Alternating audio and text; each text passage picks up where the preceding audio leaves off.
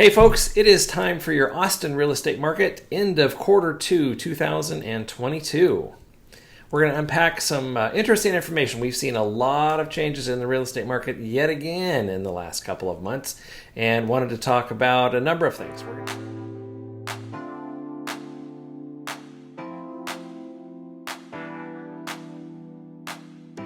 One of the things I want to chat with you about is the inevitable market slowdown that we are going through right now. The pandemic frenzy of buying real estate has, I think, come to an end, and we're starting to see a normalization in the real estate market. So a couple things that are driving that. One is interest rates. So I want to show you what interest rates have been all year and kind of where they're trending right now. So let's take a look at this. We started out just around 3%, a little bit over 3%, which was fantastic at the beginning of this year. Currently, we are just at about 6%. The Fed is planning on meeting again in July, and they're planning on raising the basis points by 0.75. And then another meeting in August where they're planning at this point on raising rates again another 0.25. So what I am anticipating is sometime early to mid-July, we will probably see rates 6.5%, maybe a little bit north. And when we get into August, potentially 7 to maybe just a little bit over 7, possibly. They may kind of tamper down a little bit. But so that is certainly one of the things that's slowing the market down a little bit. Other things, obviously, the nervousness of a potential recession is causing some issues, gas prices. Other things are people, I think, are feeling a little more freedom right now. They've been kind of locked up the last couple of years, so we're seeing tons of people go on vacations, and they've bought their homes for the first part of this year, and they're just going to relax and take some time off. Okay. All right, so let's dig into some numbers and see what's going on in the Austin area right now. So one of the things that we're seeing is we're seeing a little bit of a shift, like I mentioned a little bit earlier. So it's starting to become a little bit less of a crazy seller's market. Still a seller's market, but it's starting to normalize a little bit, which is pretty cool and pretty exciting to see for buyers who've been really struggling in the last couple of years. So here's a couple things that we're looking at here. The number of home sales, you can see this is the last 2 years. So it really has both years of the pandemic effect in there. We have our typical slowdowns kind of around the holidays, winter, and then kind of you can see things pick back up again. And we're starting to see, like you can see right here, the last line on the right is June. We're not quite done with June yet, but we're pretty close. And that is definitely lower than previous Junes, as you can see. So the other thing that's kind of causing this shift is we're starting to see more listings come on the market. More folks are putting their homes on the market than they have in the past. So right now, as you can see in June, we actually have more homes on the market right now than we've had at any month in the last 2 years. This is more of a normal number or maybe a little below number of where things have been pre-pandemic years, but certainly headed in the right direction for buyers where there's more opportunities for them, more homes to choose from, less multiple offers. So that's some good news for some buyers out there. I'm always hearing folks talk about, oh, the market's going to crash, things are going crazy. I really don't see that happening. A couple reasons why. And one, we live in Austin, which is a great place to live. It's a very diverse city financially, and we live in Texas, which is, again, also a very diverse state.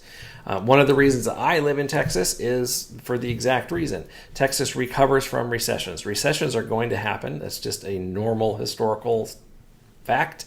We might be heading into one now. Hopefully we'll get out of it quick. And then 5-10 years from now, we'll probably be back in another one for a little bit. But Texas recovers and Austin recovers very, very quickly. I'm going to show you something here in a little bit where you can see average home prices for the last 15 years. And that kind of takes into account the mortgage meltdown. So some pretty interesting numbers in there as well. But average price. So average price right now is starting to moderate a little bit. We're not seeing prices drop. So all the hype out there of the market crashing, not true. It's just not. We're not seeing prices drop yet. We're seeing homes stay on the market longer, and we're seeing less multiple offers, sometimes no multiple offers on homes. So what I think we will be seeing, because the numbers we're seeing here, this is just like before the last week of June. What we're going to be seeing is once we hit July and August, because these numbers reported are typically behind us. So in real estate, everything's kind of in the rears. So they're kind of a couple of months behind. So the numbers we're seeing reported for June are homes that were put under contract in April and May, where the market was a little bit stronger than it is today. So we'll start seeing probably a more dramatic shift in average price and closed price as we hit later in July and certainly into August. But I don't think we'll be doing a big downward trajectory there. All right, so I wanted to share with you the average closed price in the Austin area for the last 15 years. So here's the last 15 years average closed price. Obviously, we've seen an amazing increase in our average price. But if you take a look right there at 2009, that is right smack dab in the middle of the mortgage meltdown. So you can see Austin, actually the average closed price took a very slight dip during that. And that was a pretty massive recession right there. And then every other year, we've just been on a very nice steady increase. Except for, of course, the last 2 years with the pandemic effect where things went a little sideways on us price-wise. But what I think we're going to be seeing here in the future is more of what you see from like 2010 to 2019.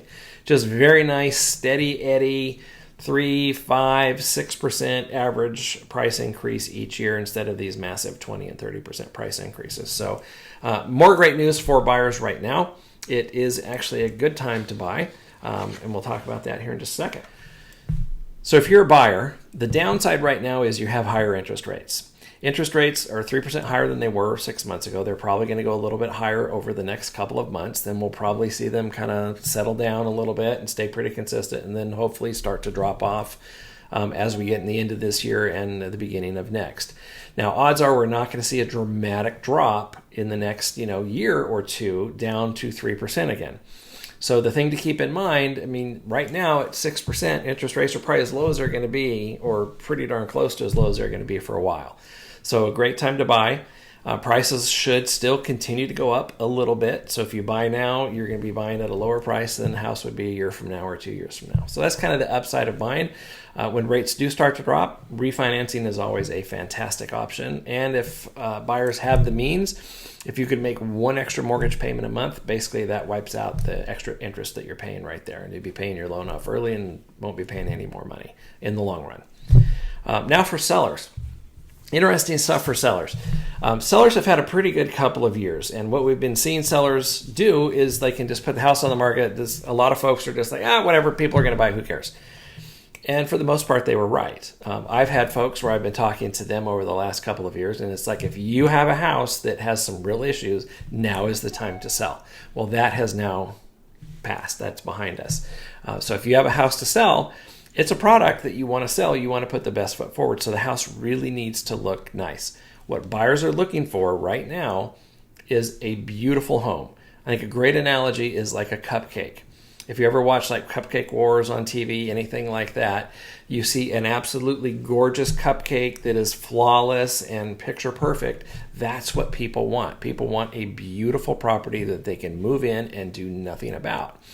If you have a cupcake that's not as pretty, so if you have a house that has some issues, buyers are going to look at that and go, no, I don't think I want that. Now, they were buying it because there was no other cupcakes available a couple of years ago in the last few years. But now there's more cupcakes. So your cupcake needs to look really, really nice in order to sell, and to sell for a decent amount of money. So you don't want to leave your cupcake on the shelf very long because it's going to get stale. So make sure your cupcake looks really sharp if you're a seller, because that's really important to getting it done. And you need to price your cupcake right. If you don't price your cupcake right, it's going to sit because folks have some options now. So that's your quick market update for the end of second quarter 2022. If you have any questions about the real estate market, I would be happy to chat with you. 512-902-0883. Thanks much.